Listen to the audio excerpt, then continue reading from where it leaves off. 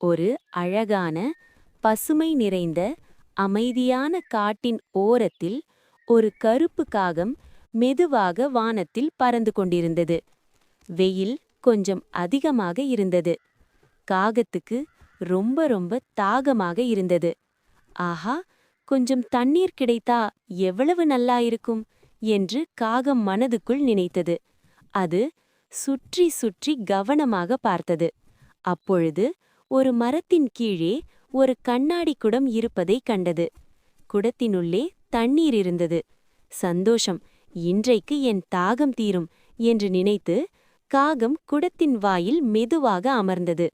ஆனால் தண்ணீர் மிக மிக கீழே இருந்தது. எவ்வளவு முயன்றாலும் காகத்தின் அலகால் தண்ணீரை எட்ட முடியவில்லை. காகம் சிறிது நேரம் அமைதியாக இருந்தது. சோகமாக இருந்தாலும் அது கைவிடவில்லை. நான் ஒரு புத்திசாலி காகம், ஏதாவது ஒரு வழி கண்டுபிடிக்கணும் என்று மெதுவாக நினைத்தது. அப்பொழுது குடத்தின் அருகே சின்ன சின்ன கற்கள் கிடந்ததை அது கவனித்தது. ஆஹா, இதுதான் என் வழி. காகம் ஒரு கல்லை அலகில் எடுத்துக்கொண்டு குடத்துக்குள் போட்டது. டக்! மீண்டும் இன்னொரு கல். டக்! ஒவ்வொரு கல்லாக மெதுவாக கவனமாக குடத்துக்குள் போட்டது. கற்கள் போட போட தண்ணீர் மெல்ல மெல்ல மேலே வந்தது.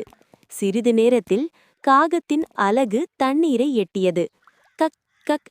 தாகம் தீரும் வரை காகம் சந்தோஷமாக தண்ணீர் குடித்தது. பொறுமையும் புத்திசாலித்தனமும் இருந்தால் எந்த பிரச்சனையும் தீர்க்க முடியும் என்று நினைத்து காகம் மகிழ்ச்சியுடன் வானத்தில் பறந்து சென்றது. நெறி, பொறுமையும் புத்திசாலித்தனமும் இருந்தால்